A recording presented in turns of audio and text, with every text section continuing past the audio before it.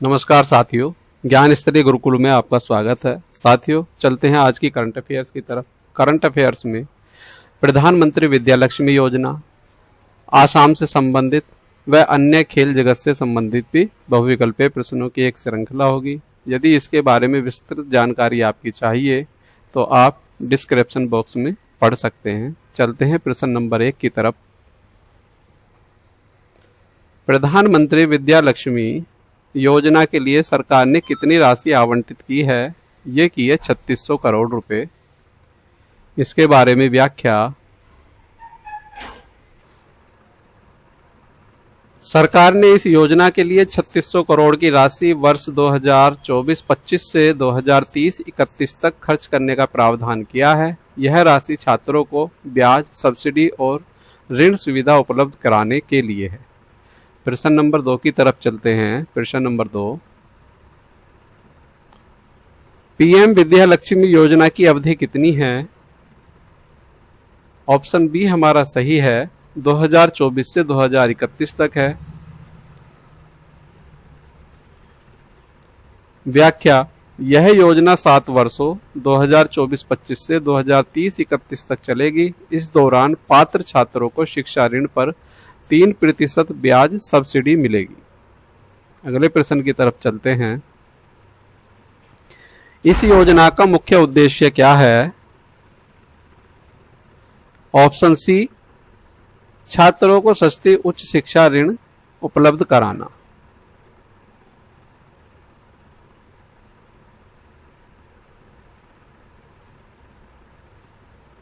व्याख्या आप पढ़ सकते हैं। व्याख्या यदि मैं हर बार पढ़ता हूं तो समय ज्यादा लगता है, इसलिए आप व्याख्या पढ़ सकते हैं। पीएम विद्या लक्ष्मी योजना में ऋण पर कितने प्रतिशत ब्याज सब्सिडी दी जाएगी?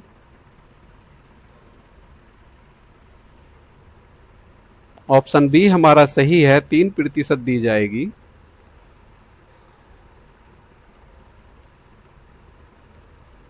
सरकार इस योजना के अंतर्गत छात्रों को 10 लाख रुपए तक के शिक्षा ऋण पर 3% ब्याज सब्सिडी प्रदान करेगी। अगले प्रश्न की तरफ।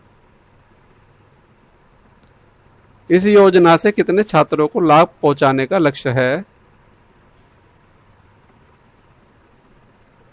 ऑप्शन डी, 22 लाख छात्रों को लाभ पहुंचाने का लक्ष्य है।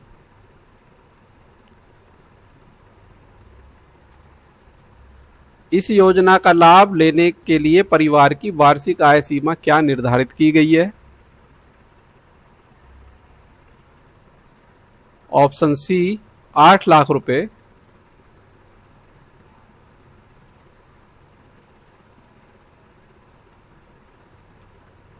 इस योजना में किस प्रकार का ऋण मिलेगा? ऑप्शन ए हमारा सही है, कोलेक्टिव फी एंड गारंटर फी मिलेगी इसमें।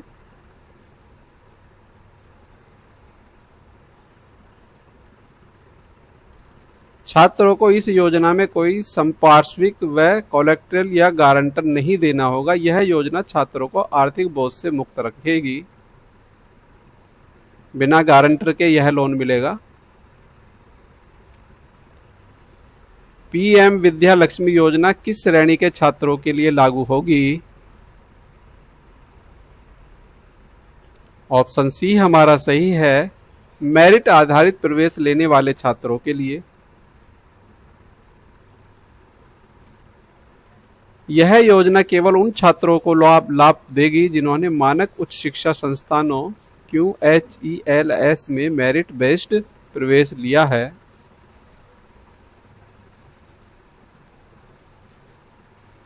प्रश्न नंबर 9, योजना को लागू करने के लिए किस प्रकार की प्रक्रिया अपनाई जाएगी?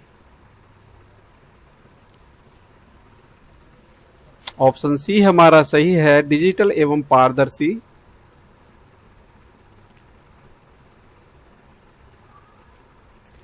इस योजना में कितनी राशि तक ऋण ब्याज सब्सिडी के लिए पात्र होगा? ऑप्शन सी हमारा सही है, 10 लाख रुपए होगा। अब चलते हैं अन्य सामान्य जानकारी की तरफ। महिला बॉक्सर मीनाक्षी हुड्डा व जैस्मिन मुक्केबाजी विश्व चैंपियन 2025 स्वर्ण पदक विजेता के विषय में। प्रश्न नंबर 1 हमारे सामने है, मीनाक्षी हुड्डा ने हाल ही में किस टूर्नामेंट में स्वर्ण पदक जीता है? महिला विश्व मुक्केबाजी चैंपियनशिप 2025 में जीता है। इसके बारे में सामान्य जानकारी। मीनाक्षी ने इंग्लैंड में लिवरपूल में आयोजित महिला विश्व मुक्केबाजी चैंपियनशिप 2025 में 48 किलोग्राम वर्ग में स्वर्ण पदक जीता है। अगले प्रश्न की तरफ, मीनाक्षी हुड्डा ने फाइनल में किसे हराकर स्वर्ण पदक जीता है?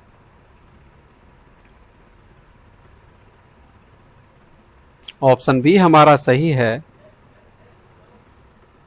नाजिम किजाईबाय कजाकिस्तान के खिलाड़ी हैं, इनको हराकर जीता है।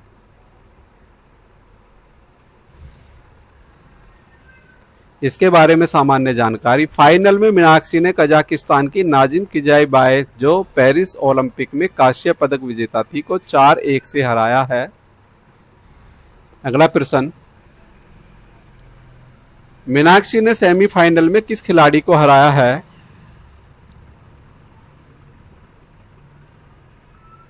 ऑप्शन बी हमारा सही है, लुसाई खन अल्तान सेंग, मंगोलिया की खिलाड़ी हैं ये।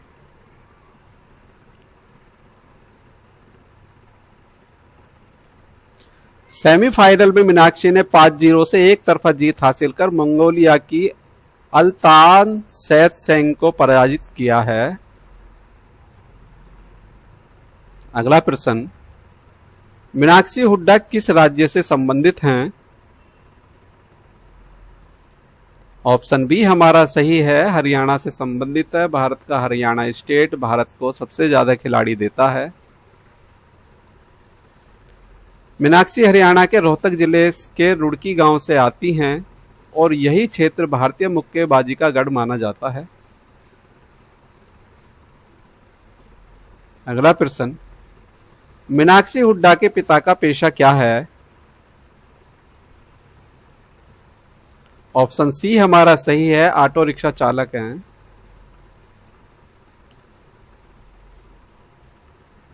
प्रश्न नंबर 6 की तरफ बढ़ते हैं। मीनाक्षी के कोच कौन है जिन्हें प्रारंभिक प्रशिक्षण दिया? जिन्होंने,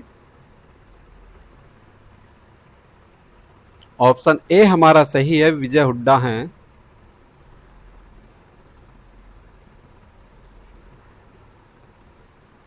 प्रश्न नंबर 7, मीनाक्षी ने किस वजन वर्ग में स्वर्ण पदक जीता? ऑप्शन सी हमारा सही है, 48 किलोग्राम में जीता।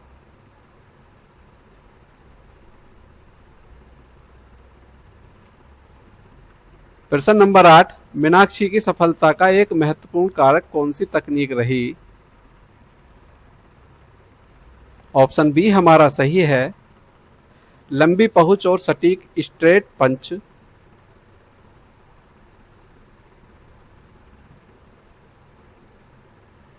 प्रश्न नंबर 9, भारत के लिए इस टूर्नामेंट में यह कौन सा स्वर्ण पदक था? ऑप्शन बी हमारा सही है, दूसरा पदक था।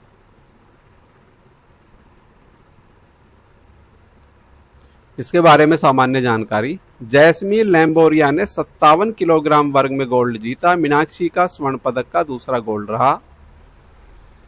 अगले प्रश्न की तरफ चलते हैं। मीनाक्षी हुड्डा की जीत भारतीय खेल परिदृश्य में क्या संदेश देती है? ऑप्शन सी हमारा सही है, ग्रामीण पृष्ठभूमि और संघर्ष भी विश्व स्तरीय सफलता दिला सकते हैं। और ये बात सही है, जो लोग संघर्ष करना जानते हैं, संघर्ष के आदी हैं, वही बड़ा इतिहास बनाते हैं। इससे संबंधित सामान्य जानकारी। मीनाक्षी ने साबित किया कि यदि जुनून और मेहनत हो तो साधारण ग्रामीण परिवार से निकलकर भी खिलाड़ी विश्व चैंपियन बन सकता है। यह मीनाक्षी ने साबित किया। अब आसाम की तरफ चलते हैं। आसाम से सामान्य जानकारी। आसाम में भूकंप आया है, उसके बारे में प्रश्न नंबर 1, सितंबर 2025 में आए भूकंप की तीव्रता कितनी रही है जो आसाम में आया है? ऑप्शन बी हमारा सही है, 5.4 रहा है। सामान्य जानकारी। आसाम और आसपास के पूर्वोत्तर क्षेत्रों में आए इस भूकंप की तीव्रता रिएक्टर पैमाने पर 5.4 दर्ज की गई। यह मध्यम स्तर का भूकंप माना गया है।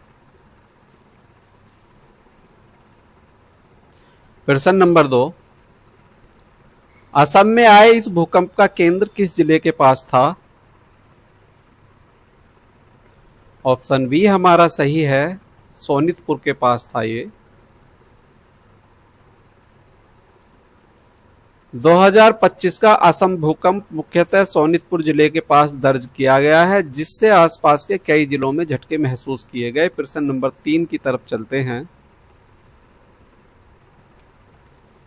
असम भूकंप किस प्रकार के टेक्टोनिक क्षेत्र से संबंधित है? ऑप्शन बी हमारा सही है, हिमालयन सिस्मिक जोन से संबंधित है ये। सामान्य जानकारी इसके बारे में। असम और पूर्वोत्तर क्षेत्र हिमालयन सिस्मिक जोन 4 और 5 में आते हैं, जो अत्यधिक भूकंपीय संवेदनशील क्षेत्र हैं। प्रश्न नंबर 4, भूकंप मापने के लिए किस उपकरण का उपयोग किया जाता है? ऑप्शन सी हमारा सही है, सीस्मोग्राफ का किया जाता है।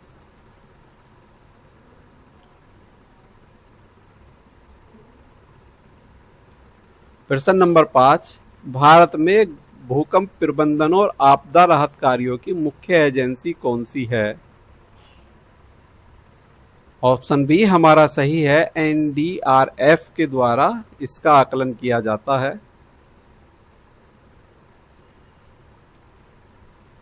भारत में भूकंप और अन्य प्राकृतिक आपदाओं से निपटने के लिए राष्ट्रीय आपदा मोचन बल एनडीआरएफ को तैनात किया गया है।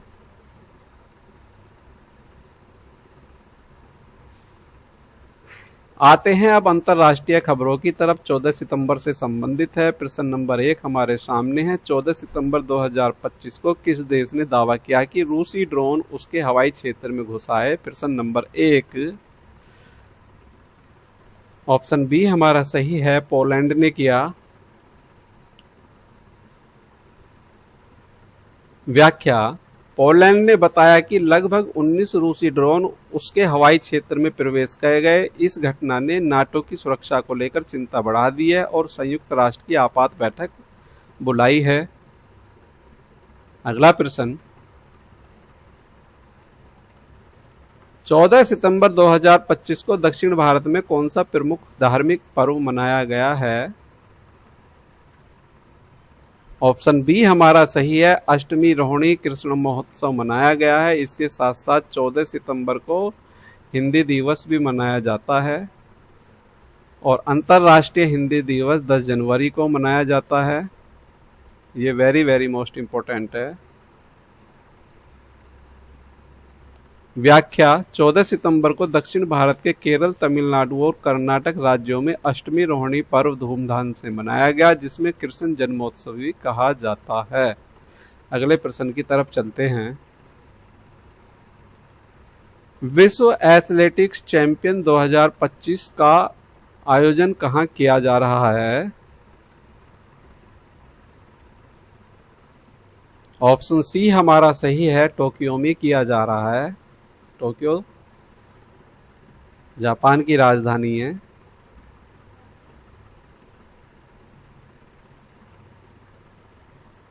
विश्व एथलेटिक चैंपियनशिप 2025 का आयोजन टोक्यो जापान में 13 से 21 सितंबर तक किया जा रहा है, जिसमें दुनिया भर के शीर्ष ट्रैक एवं फील्ड एथलीट भाग ले रहे हैं। अगले प्रश्न की तरफ चलते हैं। BMW PGA चैंपियनशिप 2025 का आयोजन किस देश में किया जाएगा?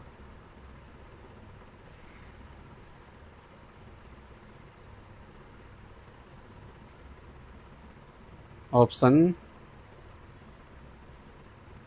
बी हमारा सही है, ये इंग्लैंड में किया गया है इसका आयोजन।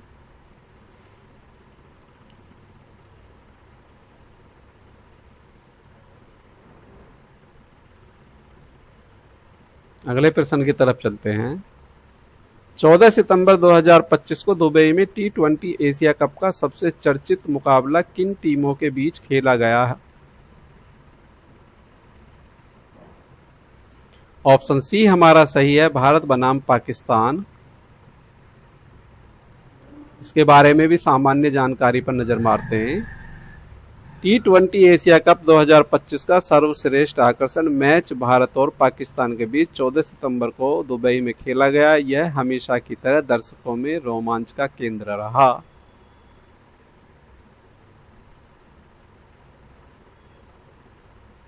इसी के साथ साथियों हमारी बहुविकल्पीय प्रश्नों की श्रृंखला समाप्त होती है। मिलते हैं कल नए करंट अफेयर्स के साथ। यदि आपको हमारा वीडियो पसंद आया तो इसे लाइक कीजिए, इसे शेयर कीजिए और हमारे चैनल को सब्सक्राइब कीजिए। आपका एक लाइक हमें अगली वीडियो बनाने के लिए प्रेरित करता है। साथियों कल तक के लिए जय हिंद, जय भारत, धन्यवाद।